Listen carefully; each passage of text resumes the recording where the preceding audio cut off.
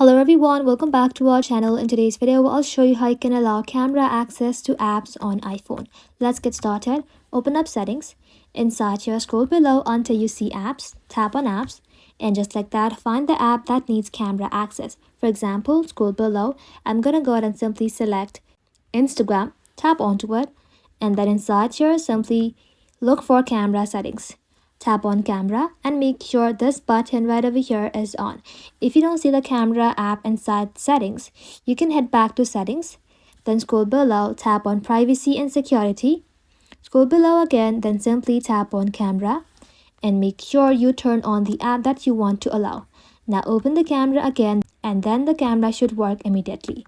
That's it, the fastest way to allow camera access to any app on your iPhone. Thank you all for watching. If this video was helpful, leave a like and sub, and I'll see you in the next one.